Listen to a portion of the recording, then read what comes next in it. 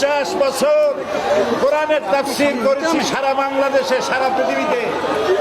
আমাকে বানানো হয়েছে যুদ্ধ অপরাধী, আমাকে বানানো হয়েছে চোর, ডাকাত, হত্যাকারী, ধর্ষণকারী।